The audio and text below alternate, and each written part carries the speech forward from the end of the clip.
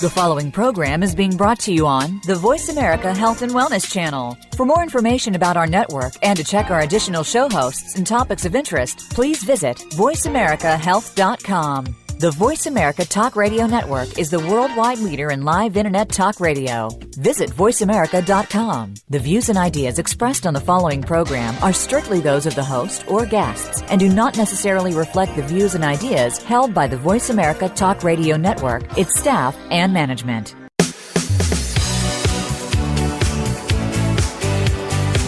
Welcome to Falling Through the Cracks. Feel alive and thrive with Dr. Rebecca Risk.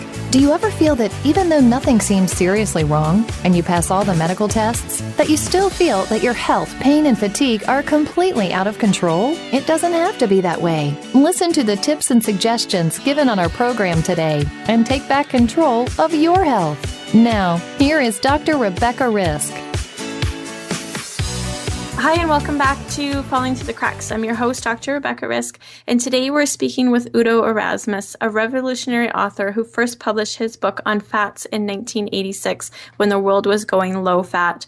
Now, the book Fats That Heal and Fats That Kill has over 200,000 copies in print. He is also the co-author of Omega-3 Cuisine, which is Recipes for Health and Pleasure, which is a delicious cookbook of how to get your fats in your diet. So, Udo, welcome to the show. Hey, Rebecca, thanks for having me. So how did you get involved writing about fats, especially in a time when people were trying to avoid them? Well, there's nothing like a disaster to get your attention. I got poisoned by pesticides, and when the doctors couldn't help me, so I was left to my own devices. I have background in science and biosciences, and so I went to the research and said, look, body's made out of food, so if something goes wrong, improve the quality of your food. So I started reading about health and nutrition, ended up in the area of oils because I found out how much damage is done by oils by the way that industry process them before they put them in the bottles, before you even buy them.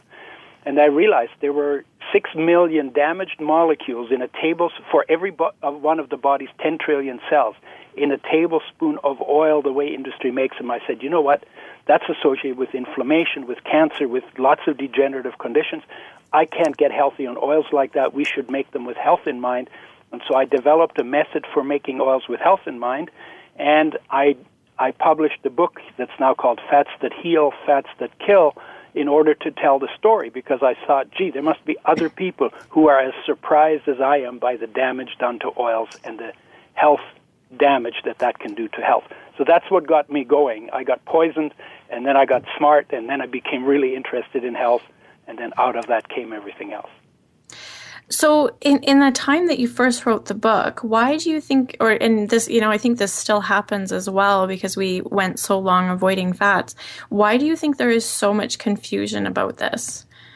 I think there are two main issues. One is that we've been told carbs have 4 calories per gram, proteins have 4 calories per gram, fats have 9 calories per gram. Therefore, if we eat fats, we get too many calories very quickly and we will get fat. What was missed in that is that when you eat fats, they actually suppress appetite and they turn on fat burning, especially if they're the right kind of fats. And eating fats is not associated with making you fat, but eating carbs, which we then went to. We ate more carbs since 1980, and more people become overweight because carbs turn on fat production. When you eat more than you burn, you're going to wear them, and they turn into fat, and that's how you wear them. So that was the first one. The second one is the idea that if you eat fat, you're going to get fat. That has sort of a little child logic to it. It just happens not to be true in the way the biochemistry of the body works. But those are probably the two main reasons. And then the third reason was there were some people, fats are more sensitive, they have shelf life issues, carbs are shelf stable for years, and there were some very powerful, aggressive people who pushed the low-fat, high-carb agenda. And that was the third reason why there's so much confusion about fats and why we actually took the wrong step and overweight went from 30% of the population to 60%, actually 25 to 60% of the population in the years that we promoted, that the government and all the institutions, American Health Association, that they promoted the low-fat diets. Overweight went from 25 to 60% of the population. I think that's a pretty significant number, and we're seeing that still increase, but I think, since carbs are so addictive, and as you said, fats, help with the cravings, we're probably still stuck in that old mindset. It takes a long time to change that once it's happened. It's very hard. It's very hard to convince people who believe that fats make you fat that they should be eating more fat, not less. It's hard to convince them, but once they do, they see results. Yeah. So in your book, you talk about fatty degeneration. What is that? Well, there's two ways to look at it. Fatty degeneration. Degeneration means something breaks down, right? Yeah. So there's two ways to look at it. One is that the fats break down in the way we process them, the way industry processes them, but also the way we use them in our food preparation in the kitchen, like in the frying pan. Frying fats or frying oils fries health. So that's one way to look at degeneration. The other one is degeneration of the body that involves fats, and the diseases of fatty degeneration cover the gamut. And it's basically because we're not getting enough omega-3, we're getting damaged omega-6s, and we wreck our oils in the frying pan, and that increases inflammation, and inflammation is behind most of our degenerative conditions, including cancer. So fatty degeneration is either the way we damage the fats by processing and food preparation, or the damage damaged fats do in our body. That's what fatty degeneration is. Okay, so you're talking about the food preparation. So I would assume with the title of your book, Fats That Heal and Fats That Kill, there are obviously, do the fats that kill come with the food preparation, or is there more to it than that as well? Well, yeah, in nature, fats are made natural, and they all work, whether they're omega-3s, omega-6s, monounsaturated, saturates. The body knows how to deal with them because our genetic program was built in nature, and it adapts us to live in nature. And the fats were not damaged by nature. They were either damaged by industry or they were damaged by us in our food preparation. So fats that heal turn into fats that kill by the way we treat them. So that's why the book was called Fats That Heal, Fats That Kill. You cannot understand fats until you know there are good fats that you have to have that are important for health, and there are bad fats that will damage your health. So you have literally two completely opposite stories on fats, and unless you understand that, you will always be confused about fats. Once you understand it, you just have to remove the ones that kill from your diet and bring in the ones that heal, and everything starts to fall into place. So what is it in the food preparation that's happening to the oils? Well, light, oxygen, and heat damage oils, especially oils. The more liquid it is, the more sensitive it is. So light, oxygen, and heat damage oils. You get free radicals. That gets chain reactions. So you get a lot of damaged molecules from that never existed in nature. Oxygen makes oils rancid. They oxidize. That gets you a whole lot of different oxidation products that don't exist in nature. And then high heat twists molecules, and you get trans fatty acids. All of these did not exist in nature. Our genetic program doesn't know what to do with them because life never had to make a genetic program to break them down if they never existed in nature. So we've created these unnatural molecules, and then they become like monkey wrench into the works. They interfere in places where good oils should go, or molecules of good oil should go, and then they interfere or block the process that should be going on. And it's that blocking that derails our body biochemistry for health. And that's why we end up getting inflammation. The immune system's trying to figure out what to do, can't figure it out because it doesn't have any tools for dealing with it. And so they accumulate, and as long as they're in the body, they interfere with stuff. So you get inflammation, and then you get chronic conditions in all different parts of the body.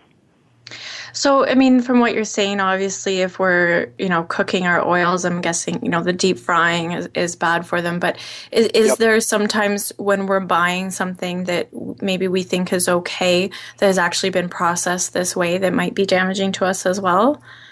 Well, almost all of our cooking oils, the colorless, odorless, tasteless cooking oils that you find on the shelf in all in all the food stores. They've all been treated with Drano, with window washing acid, then bleached, and then heated to frying temperature.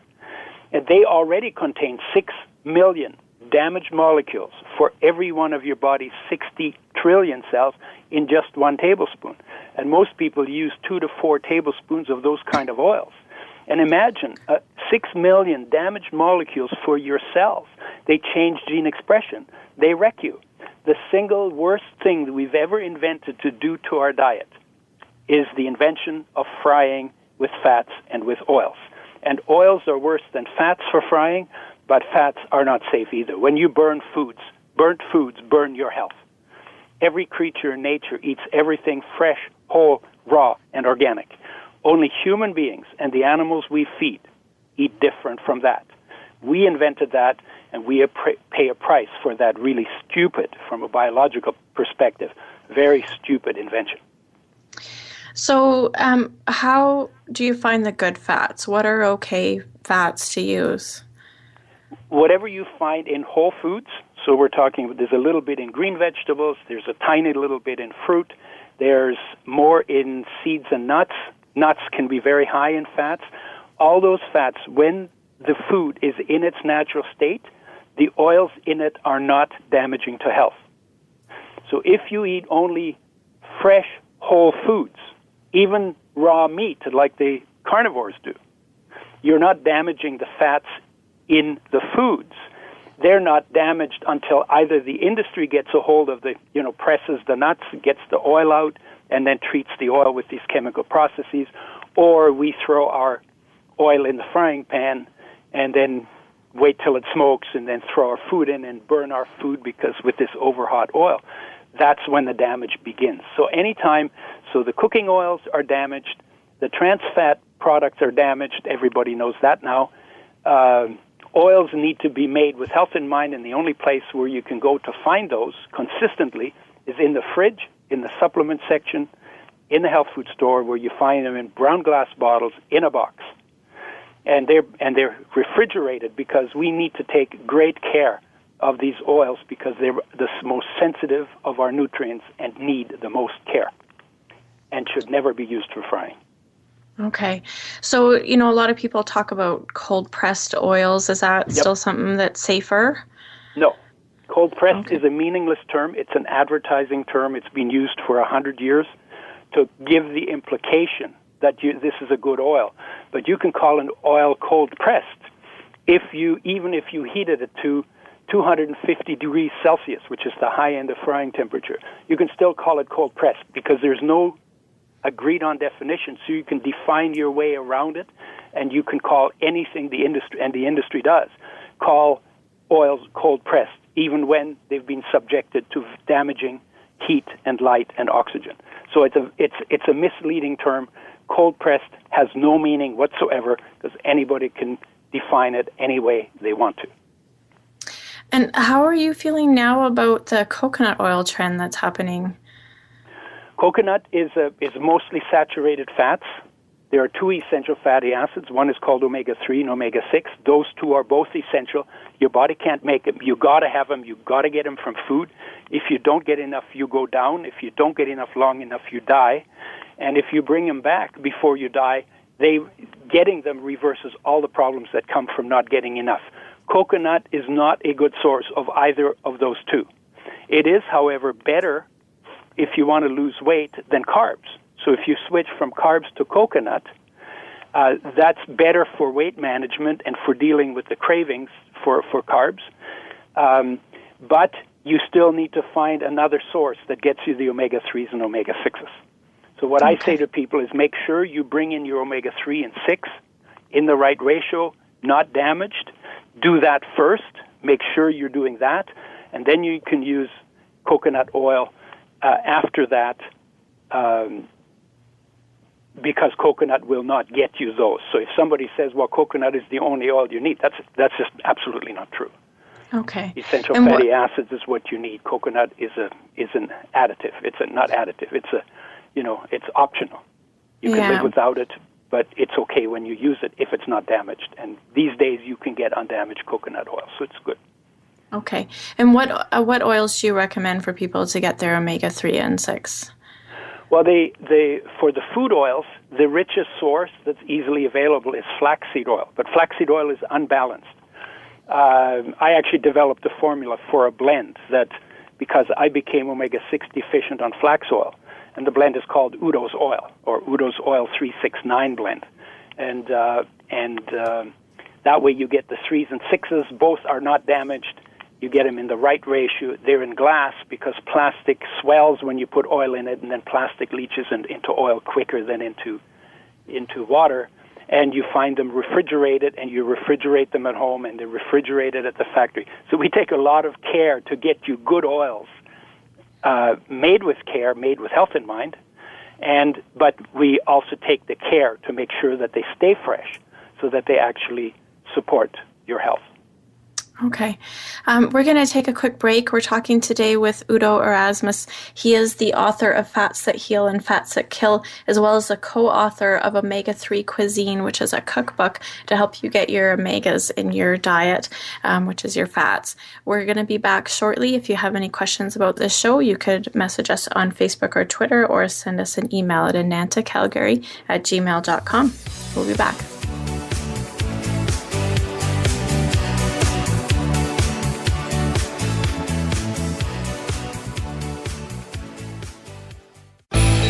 The future of online TV is here. View exclusive content from your favorite talk radio hosts and new programs that you can't see anywhere else. Visit voiceamerica.tv today. Frankly Speaking About Cancer is a program designed to empower survivors and their caregivers to deal with the social and emotional challenges of cancer. The show will invite physicians, researchers, nurses, social workers, patients, and caregivers to share their advice on how to live a better life with cancer. Join host Kim Tibaldo, President and CEO of the Cancer Support Community, Tuesday afternoons at 1 p.m. Pacific Time and 4 p.m. Eastern Time on the Voice America Health and Wellness Network. Relationship issues? Anxious? Parenting challenges? No more. Learn how to live your best life. Tune into Straight Talk with top psychotherapist, relationship, and anxiety expert Sandra Reish. In this program, you'll learn how to transform your challenges into effective solutions, whether it's relationships, parenting, anxiety issues, or other life traps that you struggle with. Sandra will show you how to change them and how to live the life of your dreams. Listen every Thursday afternoon at 6 p.m. Eastern Time and 3 p.m. Pacific Time on the Voice America Health and Wellness Channel. Find out what's happening on the Voice America Talk Radio Network by keeping up with us on Twitter. You can find us at Voice America TRN.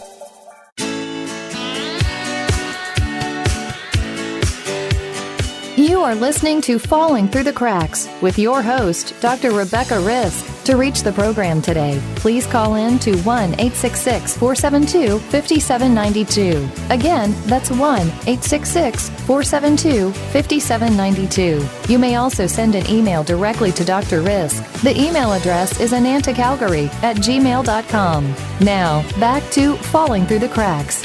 Feel alive and thrive. Welcome back to Falling Through the Cracks. I'm your host, Dr. Rebecca Risk, and we're here today speaking with Udo Erasmus. He is author of the book Fats That Heal, Fats That Kill, which is obviously talking about fats in your diet and how they can harm you and help you. He's also the co-author of the recipe book Omega-3 Cuisine. So Udo, before the break, we were talking about, what fats to do to take in your diet to help you.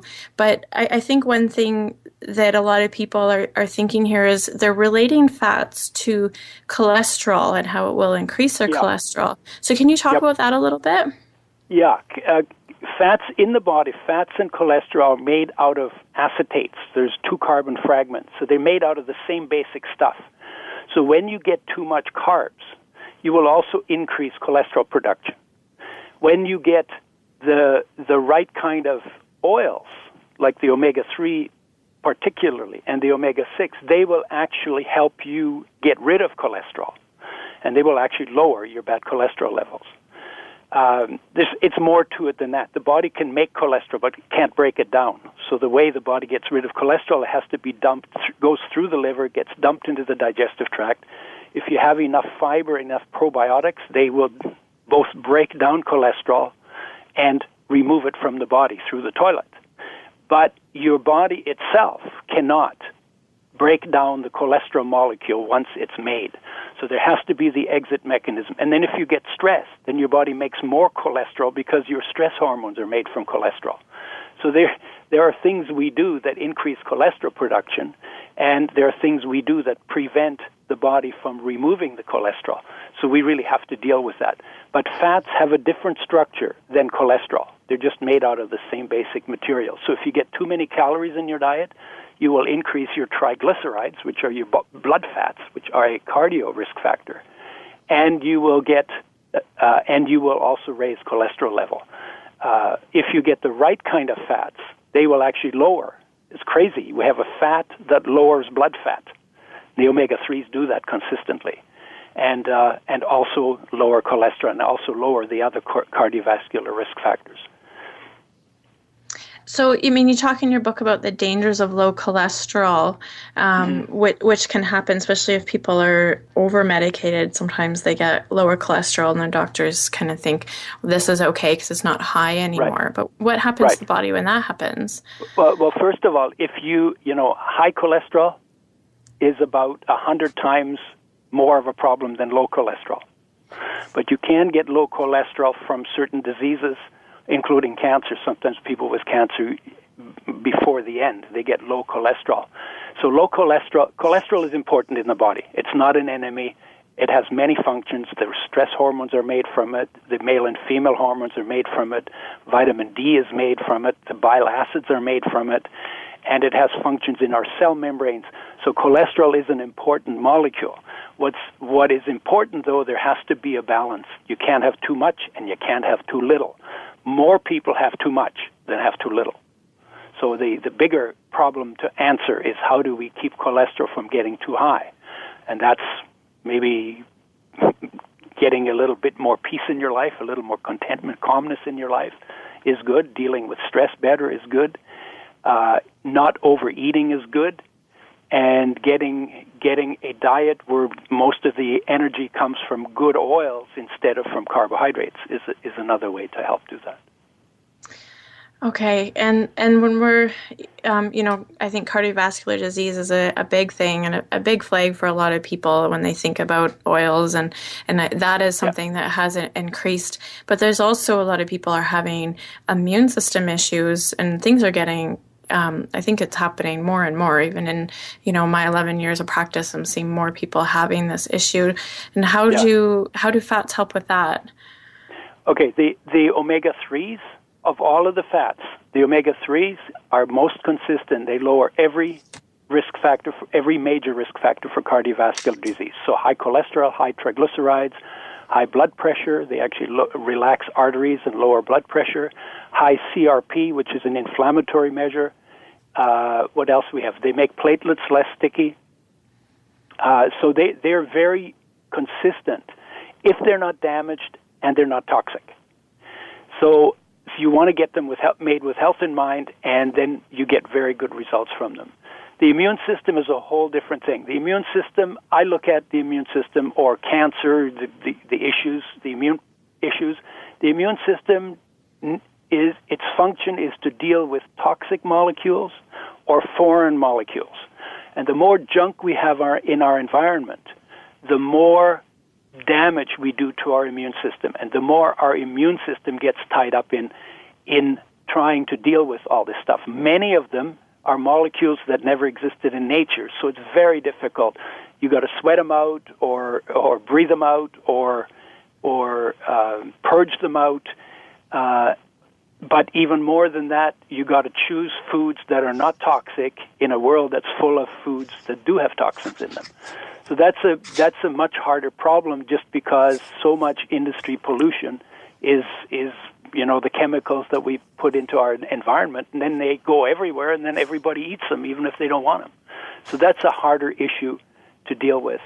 But omega-3s, are also helpful in increasing energy levels. That means the cells that deal with our toxins and deal with everything we need to get done in our body have more energy to do their job. So like 40 to 60% increase in energy from getting the right fats in the right amounts in the right ratio. We've done some studies with that. And anything that increases oxidation, but then the other one, anything that increases the probiotics, the healthy probiotics in our digestive tract, they have a pretty good capacity for breaking down toxins as well. So the oil by itself will not deal with all the immune problems, but the oil and the probiotics together, and then lots of water to get rid of the water-soluble toxins, do a pretty good job of helping the immune system or helping the body get rid of the toxins so that the immune system doesn't get overloaded. So it's part of many things that we need, but it sounds like it's really important. Yeah, we can't. Yeah, there's not just one magic bullet. Everything affects health. How you feel affects health. How you think affects health. What you eat, whether you exercise, affects health. Whether you're physically active, really. Who you surround yourself with in terms of people affects your health, and what's going on in your natural environment. All of it affects health. So you pretty much have to give everything its due if you want to live a whole life. Yeah, I think agree that's with that. probably the naturopathic philosophy. Yeah. And there just isn't one thing, and there is no magic bullet. It's especially if you have a chronic illness or you just don't feel well and not sure what's going on. Yeah. It's not just about one thing. It's about changing everything. Yeah, then you have to really have to put a whole program in place. Yeah, exactly. And get some guidance so you know what to do and where to go with that. Go and see Rebecca. Exactly. So, we talked about fatty degeneration. And so when we're eating these wrong fats, can they cause degeneration in our body as well? Yes. Yes, because the damaged, good molecules damaged become bad molecules, and they then interfere in the body in the places where the good molecules are supposed to do their work. So when, people are having these degenerative diseases, I'm guessing, the fats are a really important thing for them. It probably has a starting point.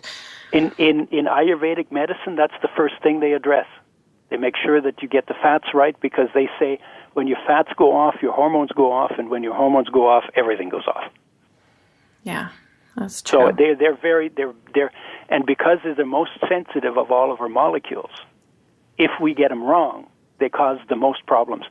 Literally, more health problems come from bad oils than any other part of nutrition, and more health benefits come from good oils than any other part of nutrition.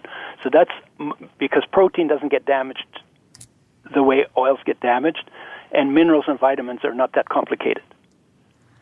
So the area where the most benefit can happen is from making sure we get oils right. I say the body needs an oil change just like the car. You got to dump the dirty oils and you got to replace it with clean oils. I like that analogy. Yeah, and then your motor starts to hum again. Yeah. Yeah. One thing I found interesting is in your book is you talk about addictions, mental illness, and violence in relationship to oils. Can you just explain that? Well, yeah. If the brain is the fat richest organ in the diet, has a lot of omega-3 and a lot of omega-6 in it. If your brain isn't made right, you should not expect behavior to be right. And violence is just one issue. When your brain isn't working right, you're probably more subject to the violence that you see on television and that you see around you.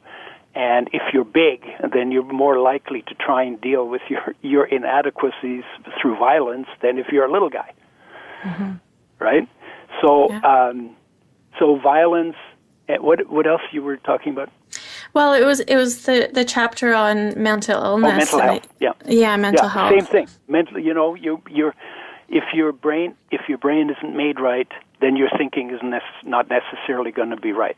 But you have to understand there's a physical part that has to do with what you eat and making sure that your brain gets the nutrients it needs. But there's also, in violence and in mental illness, there are also thoughts.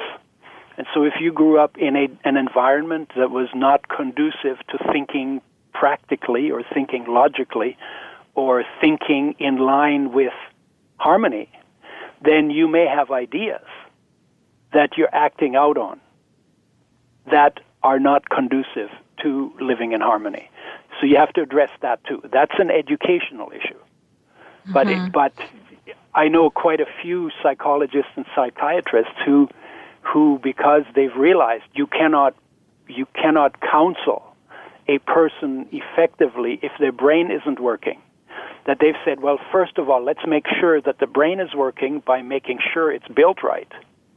And then the education becomes much easier. And we've seen in juvenile delinquents in schools in England, we did a study where the kids, they were violent. They had like 86 events every month with 40 kids where they would have to interfere because otherwise somebody was going to get killed. And after 2 months of getting good oils, that incidence went down from 86 to about 14. And not only that, but these kids who were antisocial and they beat up every kid who came in new into this school, what they did without any instructions from any of the teachers, they began to help new kids integrate. And so we were thinking that was probably because whatever their issue was, they were definitely not getting their food right. And they used 2 tablespoons of good oil a day. Actually, they used 1 tablespoon. I recommend 2 to 4. But they used 1, and the first month nothing happened. The second month nothing happened. The third month it went down from 86 violent incidents down to 14. And then it stayed that low. And they started to become social. So my thought was that there are social integration networks, because human living is very complicated. And there are social integration networks. And when you don't get enough good oils in your diet, then those circuits don't work properly. And so for social harmony, making sure that those social circuits are functioning is very important. But again, like I said, there are also, when you have really bad ideas, that because you grew up in an environment that was not conducive, then you may also need to change those thoughts, examine those thoughts, and discard them and replace them with better thoughts, because that doesn't necessarily and doesn't all the time happen by itself. Yeah, well, I think it goes back to your car analogy, dumping out the bad oil and replacing it with good. It's making sure, the engine's going to run and then driving it properly, right? Yeah, but you also need a good driver. Yeah, exactly. And that's the mind part. We're going to take a quick break. We're talking today with Udo Erasmus. He is the author of Fats That Heal, Fats That Kill, as well as the co-author of Omega Cuisine, which is a cookbook about omega fatty acids. We are going to be back shortly. So if you have any questions about this show, you can message us on Facebook or Twitter, or send us an email at anantacalgary@gmail.com. We'll be back.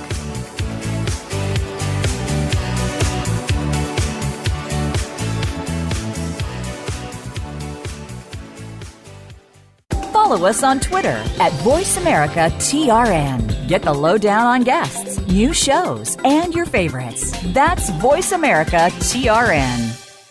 Children with chronic conditions shouldn't have to just live with it. There are many alternative options that can reduce, reverse, or even eliminate the effects of chronic illness in our children.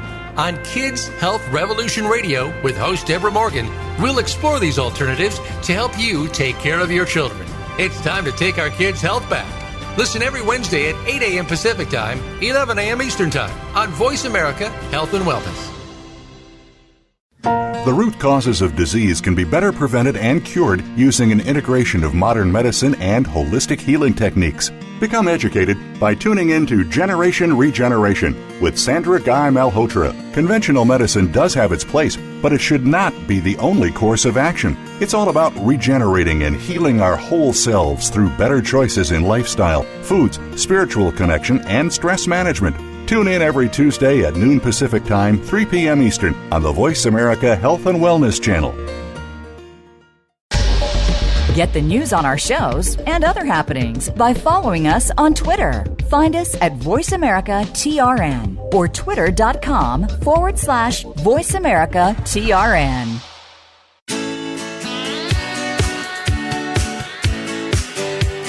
You are listening to Falling Through the Cracks with your host, Dr. Rebecca Risk. To reach the program today, please call in to 1-866-472-5792. Again, that's 1-866-472-5792. You may also send an email directly to Dr. Risk. The email address is anantacalgary@gmail.com. Now, back to Falling Through the Cracks. Feel alive and thrive.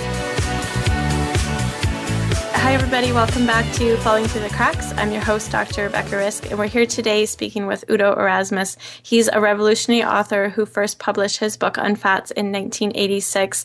The book is titled Fats That Heal, Fats That Kill, and we're talking today about your health and good fats and bad fats. So, Udo, we talked about, how in the beginning of the show, how oils are prepared. And so I'm sure there's a lot of people listening now wondering what they're doing right. I think there's a lot of people that, I grew up putting olive oil on the frying pan and making a stir fry that way. And is there, something that should be changed in that kind of cooking? Yep. If you go back to Europe and you look at how traditionally olive oil was used, until about 100 years ago, maybe 115 years ago, people cooked their food in water, and they added oil afterward. Olive oil was not traditionally used for frying. It was used for, they pour off the water when the veggies are cooked, and then they put olive oil on after. The idea to use olive oil for frying came from an oil industry that wanted to sell more oil, and they said, well, look, they're using water to cook their food. If we could get them to use oils for cooking, imagine how much more oil we could sell. So it's completely a marketing issue, and of course they made money they increased their profits by miseducating human beings on what's good for health. And they basically says, cook everything in oil. In fact, we used to call using oil frying, and we used to call cooking in water cooking. Now, cooking has come to mean cooking in oil. And cooking in, so even the notion, the words have changed. And that was huge misrepresentation. Olive oil is very sensitive, more sensitive than you would expect. When you put it in the frying pan, you burn the food. The burnt food will burn your health. The fried oil will fry your health, and the fried foods will fry your health. The single worst thing we have ever invented to do with our food is the use of fats and oils for preparing our foods. Remember, the standard in nature was fresh, whole, raw, and organic. So cooking in water is already a step away from that. Frying in oil is another step, a very big step away from that. And when we do that, every step we take out of line with what nature's standard was, we pay a price in health. And if we don't like the price we're paying, then we got to change. Every step we take back in the direction of fresh, whole, raw, organic, we will get something back in health. It takes some time. But basically, every step you take within 1 year, because 98% of the atoms in your body are removed and replaced every year, within 1 year, every step you take will get you 98% of the benefit you would get in 1 year. And if you take all the steps back to fresh, whole, raw, organic, mostly plant-based, all whole food kind of diets, then within a year or two, you can make a very big difference to how much energy you have and how good you feel and how much pain you have or how little pain you have, just by changing what you feed your body with. It's very powerful. Well, just when you're talking about how sensitive the oils are to heat, it does make sense. And there is, some oils in almost everything, and we're cooking it all. Yeah. And, there's some damage to all of that, especially when we're fast cooking them, which is worse. Yeah, right? And anytime you turn food brown or you crunchy it, you make it crunchy, that you've changed molecules from natural to unnatural. The burnt on food is unnatural. People sometimes say to me, especially in Alberta, they used to say, I love the taste of burnt food. And I would say to them, no, you don't, because if you scrape that black burnt stuff off your meat and you concentrate it and you took it on a tablespoon and you put it in your mouth, you would find out it's scratchy, it's bitter, it's acrid, and it tastes disgusting. But you're so used to your mother cooking that way, and you love your mother, and you learned how to eat food from her. So every time you eat it like that, you're reminded of mother love. So you love the mother love, and you're actually not tasting the food.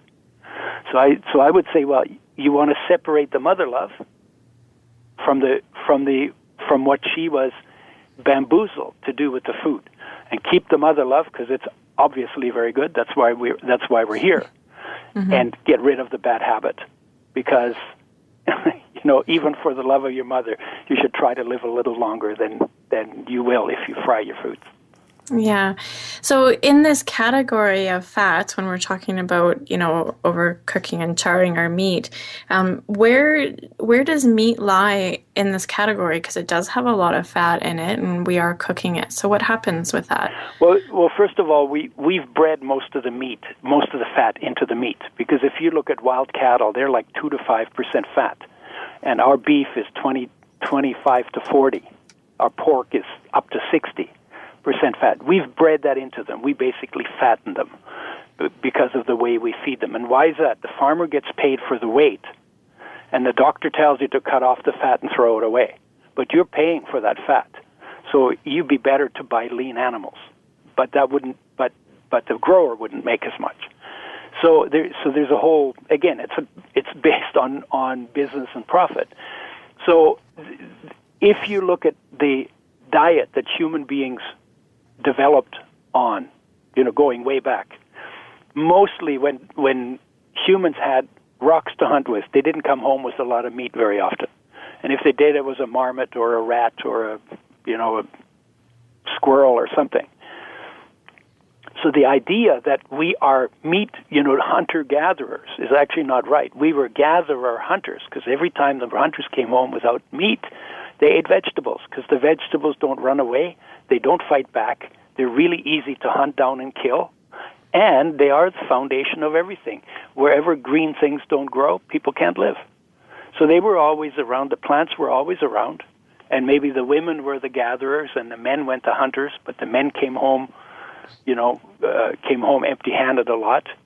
And so vegetables was the basis. And there are many things in the body that underscore that. For instance, when you eat a lot of red meat, especially men or women after menopause, we can easily get high iron, and then based on high iron, which is a very powerful pro-oxidant, we can get cardiovascular problems. There's good research on that.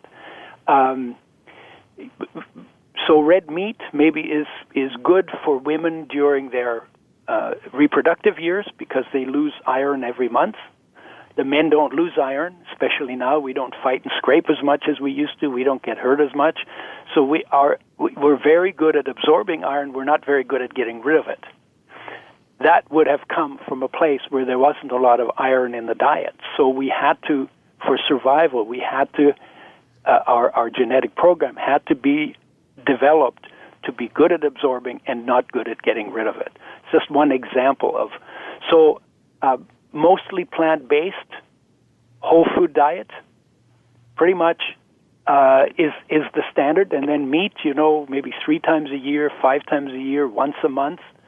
If you get more than that, other than during reproductive years, it's debatable how effective that is. And the research is now pretty clear that if you want the longest life and the healthiest life, you want to emphasize vegetables, whole food vegetables, not margarine and sugar, because that's vegetarian too, but whole food, plant-based, and take a B12 supplement, because that does come from animal products. So we were probably on a diet that had a little bit of maybe just worms in our apples or something, that we had a little bit of animal stuff in our diet, but mostly it was based on plants. If you add dairy to that, you actually shorten your life. If you add eggs to that, you shorten your life. If you add fish to that, you shorten your life. And if you add meat to that, you shorten your life. So that's what the research says, and I think the research is pretty strong now. And then the second issue is that when you eat animal foods, try and eat them without damage. Even if we used to cook our stew in water, we put the meat in it, cut it in cubes, throw it in the soup, make a stew out of it. The protein wasn't burnt, and you still got the protein and the benefits from that.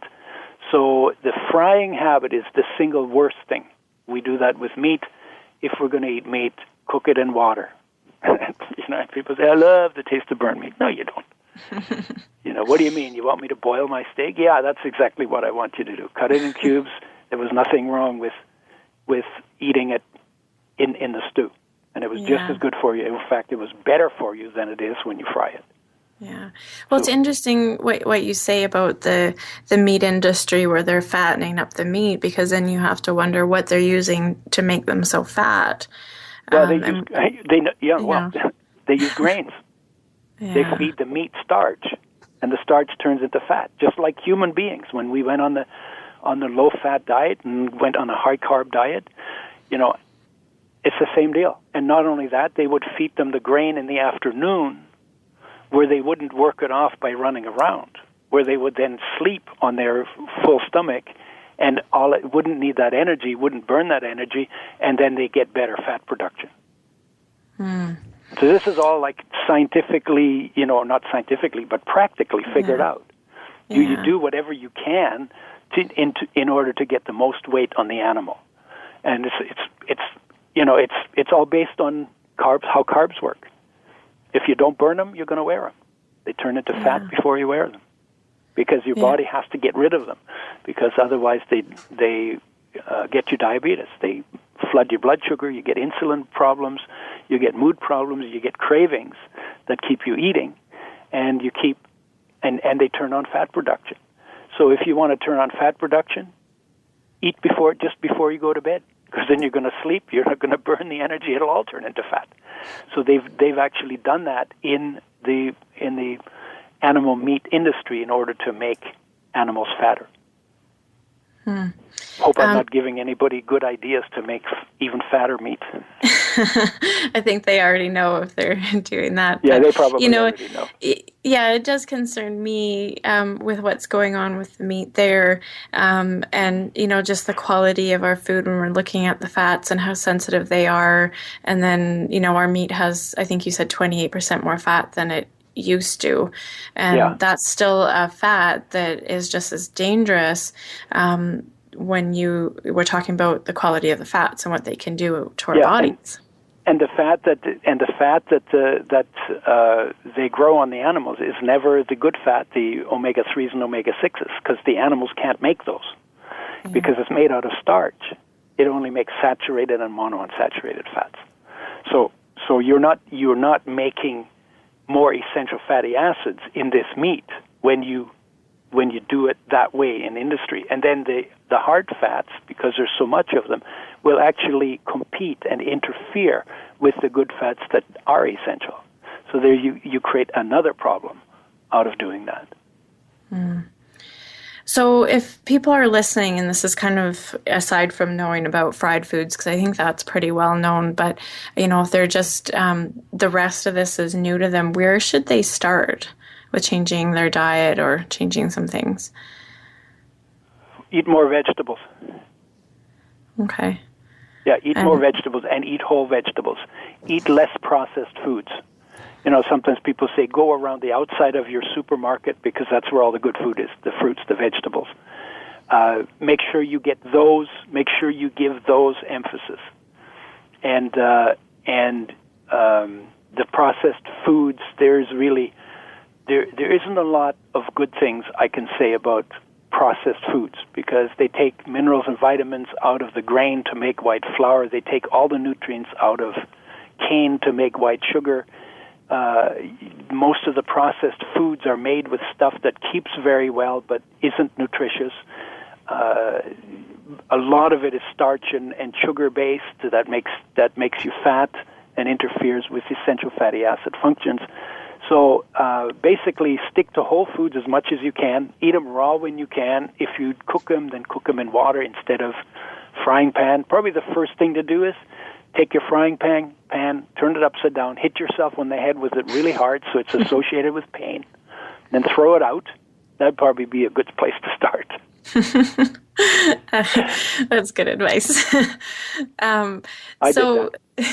Aside from, eating more vegetables, do you recommend people supplement with oils? Or, you said we traditionally put oils on our food. Is that something you recommend people do? Yeah, well, there's two ways to do that. One is you eat the seeds and nuts. The seeds and nuts in the oil that I'm talking about, flax, sunflower, sesame are the main three ingredients for omega-3 and omega-6, which you have to have because they're essential, which shouldn't be damaged, because if you damage them, and they're very easily damaged, then they cause you problems. So eat the seeds and nuts, flax, sunflower seeds, sesame seeds.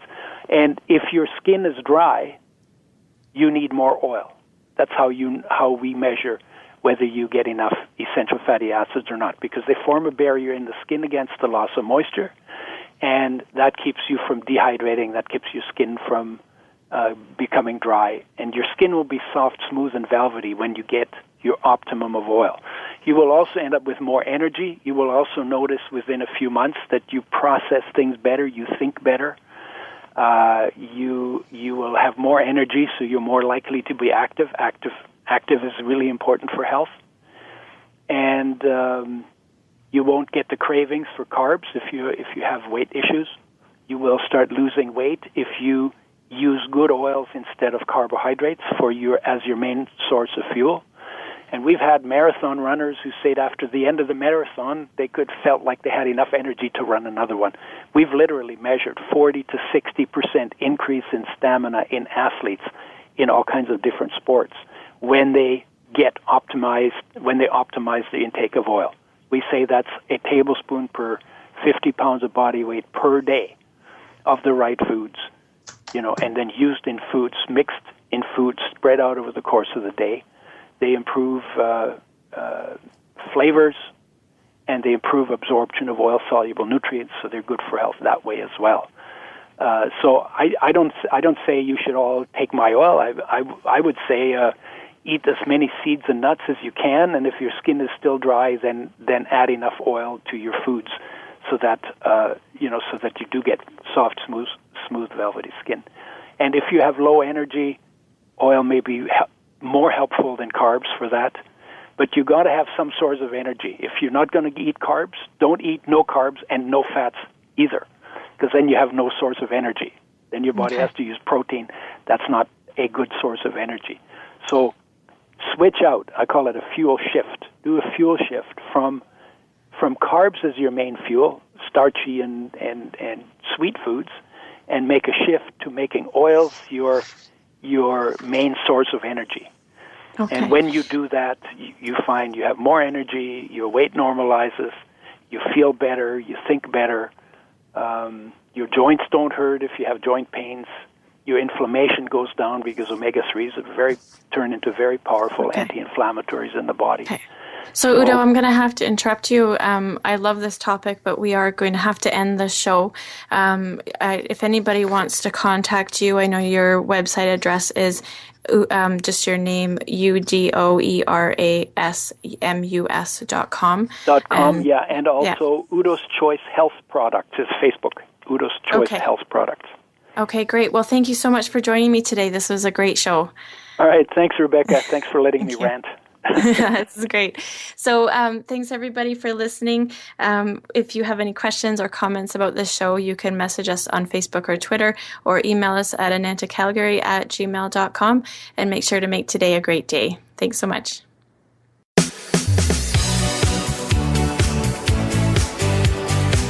Thank you for tuning in to this week's edition of Falling Through the Cracks. Feel alive and thrive. Please join Dr. Rebecca Risk again next Monday at noon Eastern Time and 9 a.m. Pacific Time on the Voice America Health and Wellness Channel. We'll talk more next week.